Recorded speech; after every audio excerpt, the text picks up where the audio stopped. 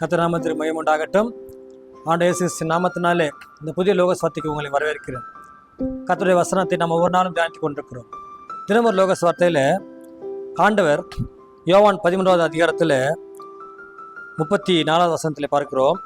நீங்கள் ஒருவரில் ஒருவர் அன்பாயிருங்கள், நான் உங்களில் அன்பாய் இருந்தது போல நீங்களும் ஒருவரில் ஒருவர் அன்பாயிருங்கள் என்கின்ற புதிதான கட்டளையை உங்களுக்கு கொடுக்கிறேன். நீங்கள் ஒருவரில் ஒருவர் அன்பாயிருங்கள், நான் உங்களிடத்தில் அன்பாய் இருந்தது போல நீங்களும் ஒருவருள்ள அன்பாயிருங்கள். ஆண்டவர் இந்த உலகத்திலே வந்து ஊழியம் செய்த போது எல்லா இடத்துல அன்பாய் இருந்தார். அவரை காட்டி கொடுத்துல அன்பாய் இருந்தார், சிலுவையில் அறைந்தவர்த்து அன்பாய் இருந்தார், அவரை காரியத்துக்குள்ள அன்பாய் இருந்தார், அவரை கொலை செய்ய வேண்டும் என்று நினைத்த இடத்துல அன்பாய் இருந்தார்.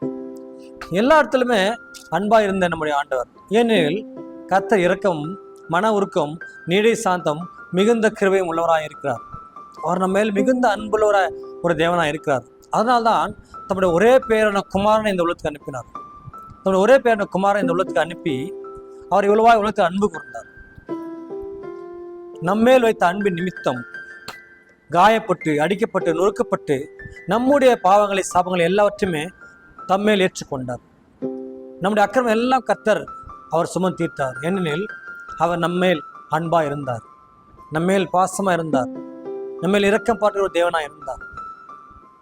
அதே போல நீங்களும் ஒருவரில் ஒருவர் அன்பா இருங்கள். நான் எப்படி அன்பா இருந்தேன், எல்லாத்திலும் எப்படி அன்பா இருந்தேன், அதுபோல நீங்களும் ஒருவருடன் அன்பா இருங்கள் என்று ஆண்டவர் சொல்கிறார்.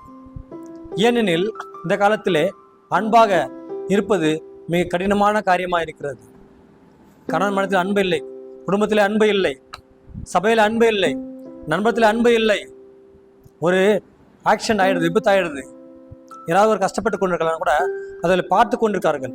ஒரு ஃபோட்டோ எடுத்து அதை ஃபேஸ்புக்கில் மற்ற இணையதளத்தை போடுறாங்க. ஆனால் அவங்களை அன்பு செலுத்த வேண்டும், உதவி செய்ய வேண்டும் என்ற எண்ணங்கள் இப்போது யாருமே இல்லை. ஏன் தெரியுமா? இந்த கடைசி காலங்களிலே அக்கிரம் அதிகமானதுனாலே, அக்கிரம் மிகுதியாவதுனாலே அன்பு தணிந்து போம் என்று பார்க்கிறோம். இந்த கடைசி காலங்களில் அக்கிரமம் அதிகமாக பெருகி வருகிறது, பாவங்கள் அதிகமாக பெருகி வருகிறது. அதனால அன்பு தணிந்து போய்விடுகிறது. ஒருவருக்கும் அன்பு இல்லை. ஒருவர் நீங்கள் அன்பா இருங்கள். நான் எப்படி இந்த உலகத்தில் வந்து எல்லாருக்கும் அன்பு செலுத்தினேனோ, எப்படி அக்கறை காட்டினோனோ, அதுபோல நீங்களும் ஒருவர் அன்பா இருங்கள் என்று ஆண்டவர் சொல்கிறார். அன்றியும் நீங்கள் ஆண்டவர் சொன்ன அந்த வார்த்தைகள் எல்லாம் கேட்கும்போது பார்த்தீங்கன்றால் அவர் ஊழியத்தின் பாதையிலே அவர் எப்படி அன்பா இருந்தார், ஒவ்வொருத்திலும் அன்பா இருந்தார்.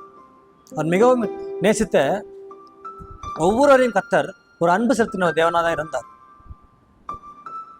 மரித்தவர்களை உயிரோடு எழுப்பினார். ஏன் தெரியுமா? அவர்களுக்கு அன்பு கூர்ந்தார்.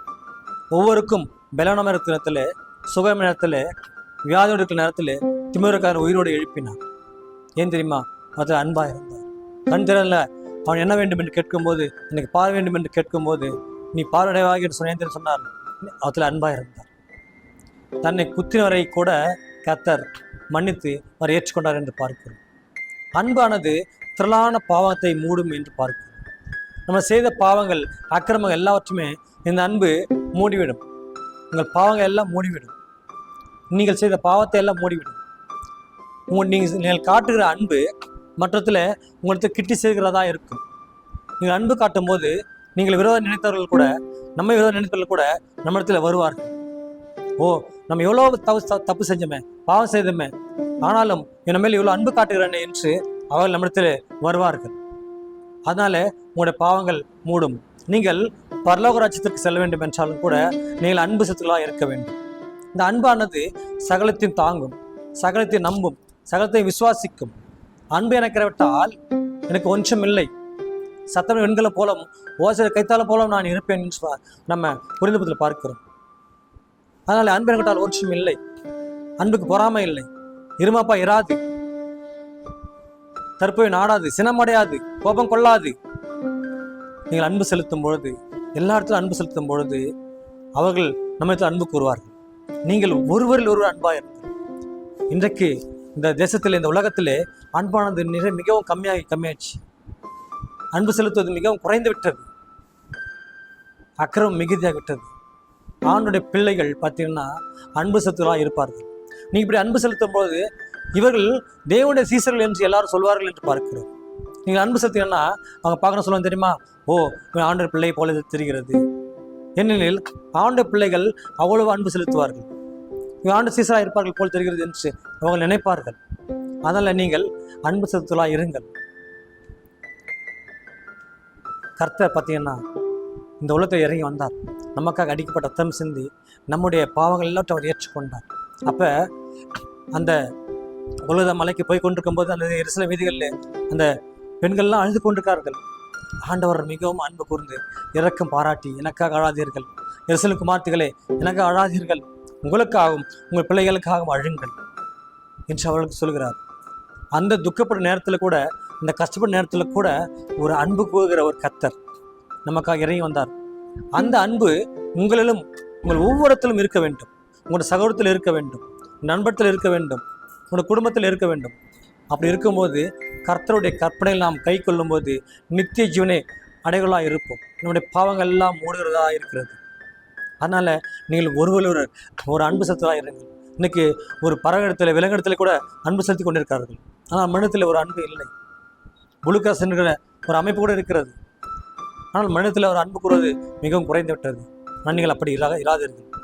ஆண்டு சீசர்களாக இருங்கள். ஆண்டு சீசர்களாக இருக்கும்போது நீங்கள் அன்புக்குள்ளாக இருப்பீர்கள். அப்படி செய்யும்போது கர்த்தர் உங்களை நிச்சயமாக அவர் சேர்த்துக்கொள்வார். நித்திய ஜீவனை அடையும்படியாக, பரலோகத்தை சேர்த்துக்கொள்ளும்படியாக கர்த்தரை சேர்த்துக்கொள்ள வேண்டும் என்றால் நீங்கள் எல்லாத்திலும் ஒரு அன்புக்குள்ளாக இருக்க வேண்டும். அதனால் நீங்கள் இன்று எல்லாத்திலும் ஒரு அன்பு செய்யுங்க. நம்மை வெறுத்தவர்கள் அன்பு செய்யுங்க. நம்ம ஏளனமாக பேச அன்பு செய்யுங்க. கர்த்தர் நிச்சயமாக இந்த வசனத்தை ஆசீர்வதிப்பார், உங்களையும் ஆசீர்வதிப்பார். இந்த பரிசுத்தமான நாளிலே நம்ம ஒரு திருமணத்தை எடுப்போம். நான் எல்லாத்திலும் அன்பு செய்வேன், எல்லாத்திலும் அன்பு கூறுவேன், நான் பாவம் செய்ய மாட்டேன் என்று ஒரு தீர்மானம் எடுத்துக்கிட்டால் கர்த்தர் நிச்சயமாக உங்களுக்கு மிக பெரிய ஆசீர்வாதத்தை கொடுக்க வல்லமையாக இருக்கிறார். தேவன் தன்னுடைய ஒரே பேரான குமாரனை இந்த உலகத்துக்கு அனுப்பினார். நம்ம எப்படி இந்த உலகத்தை அனுப்பி நம்ம மேலே வைத்த அன்பை அவர் நம்ம எல்லாருக்கும் காட்டும்படியாக வந்தாரோ அதை நம்ம நினைவுகளாக இருக்க வேண்டும். கர்த்தர் தாமே இந்த சதாசிப்பர் நம்ம ஜெபிக்கலாம். அன்பின் பரிசுத்தமான தகப்பன், நீங்கள் ஒருவில் அன்பா இருங்கள். நான் உங்களை அன்பா இருந்தது போல நீங்களும் ஒருவில் அன்பா இருங்கள் என்கிற தகப்பன். நாங்கள் ஆண்டவரை எங்களை எப்படி நான் நேசிக்கிறோமோ அதுபோல் மற்றவர்கள் நேசிக்க ஒரு அன்பு கூற உதவி செய்யணுமா ஜெபிக்கிறோம். கேட்கின்ற ஒவ்வொரு பிள்ளைகளையும் நீங்கள் ஆசீர்வதிக்க வேண்டுமா ஜெபிக்கிறோம். ஆசீர்வதிங்க, பலப்படுத்துங்க. நீங்கள் எல்லா இடத்துல அன்பு கூறுங்க. கர்த்தர் நிச்சயமாக உங்களையும் குடும்பத்தையும் ஆசீர்வதிப்பாராக. ஆமென்.